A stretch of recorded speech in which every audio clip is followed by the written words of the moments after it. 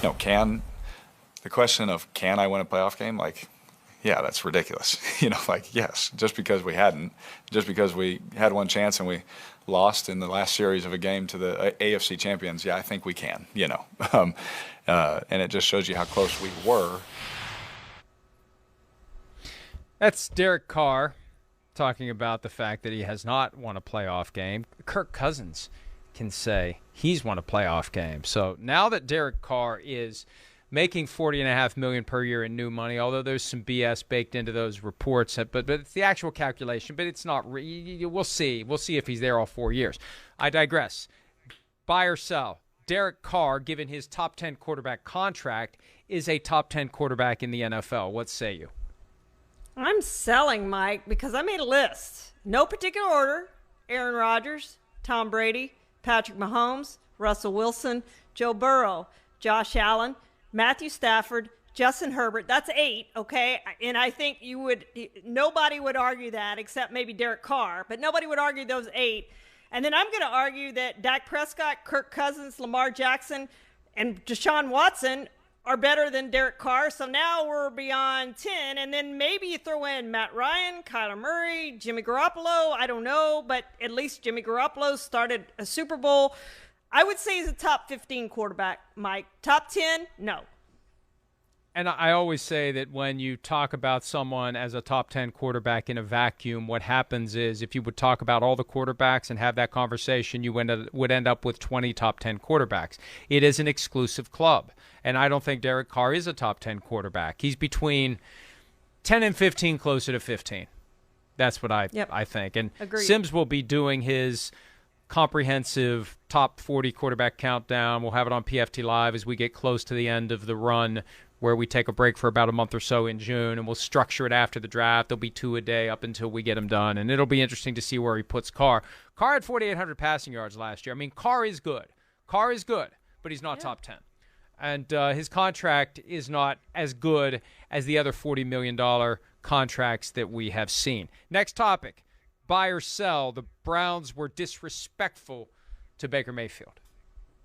No, I don't think that's the case, Mike. I'm selling that. I mean, this is a business, and I think Baker Mayfield has learned that this is a business, and there's no loyalty on either side ever. It is what it is, as the players like to say. I mean, they draft you number 1 overall, and they expect certain things from you, and when it doesn't happen, they move on and try to upgrade at that position. It's just the way it is, and it's certainly the way it is in Cleveland. We've seen it repeatedly in this organization of them changing quarterbacks, drafting quarterbacks, trading for quarterbacks, signing quarterbacks, whatever they have to do. They haven't gotten it right. They think they have it right now with Deshaun Watson.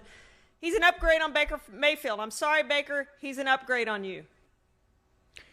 Here's how I look at it, and it's very simple to me. And this goes back to the interview conducted of Baker Mayfield by Mike, period. When Baker Mayfield says, they said one thing to me and they did another, what? Natural curiosity, Mike, period. What did they say to you that they did differently? I think, based upon the reports that have been out there and the way that we've analyzed them, they told him at the end of the regular season, you're our guy. And then at some point after that, they said, you're our guy unless we can get Deshaun Watson or someone of that ilk, which is saying one thing and doing another. And is it disrespectful to lie to somebody? I'm a firm believer in it, even in a cold, bottom-line business. You don't make that kind of broad proclamation to someone. You don't make that promise to someone unless you're willing to live up to it. And if they told him, you're my guy, and they're not, they changed that, I think he has the right to feel that he was disrespected if he feels like he was lied to, because I think it is disrespectful to lie to somebody, even though lies get told all the time for strategic reasons in the NFL. So I think, assuming that that's the reason, that that's what he would have said, if Mike, period, formerly known as Mike Stud, would have asked him that question, then I think he was disrespected. All right, buy or sell. Cardinals made a mistake by not extending Kyler Murray earlier this offseason.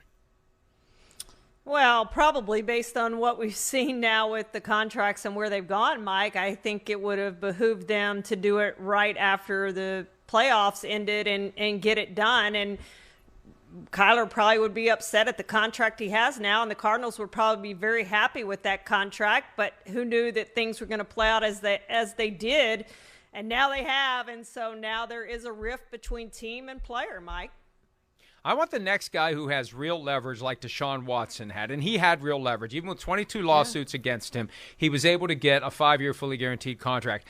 I want the next guy with that kind of leverage to say, I want 17.3425% of the salary cap each and every year. That's what I want. So as the cap goes up and the market goes up, I'm protected, and my pay is going to be driven by that percentage of the cap. That's the best deal to get. And you're right. If the Cardinals had done a deal earlier for Kyler Murray, they'd be thinking, hey, that was pretty smart. And Kyler Murray would be thinking, man, I really blew it. I should have waited. That's the bottom line here. Even though Kyler Murray isn't happy with the fact that the Cardinals are putting him off, the longer the Cardinals put him off, the better things get. What if Russell Wilson does a deal between now and June or July? Better for Kyler Murray. Another data point, because you know Russell Wilson's deal is going to be a good one. It's going to be 5 years. It'll be a 5-year total contract. And my guess is the starting point for that conversation is Deshaun Watson. Starting point. Bottom line. This. Don't even come to the table, Broncos. This would be my position if I'm Mark Rodgers, the guy who has only one client in the NFL, so he can always drive a hard bargain and has all the leverage now because they've given up so much to get Russell Wilson and they're building the team around him. Your opening offer had better not be lower than 5 years, $230 million fully guaranteed. We're going to go from there.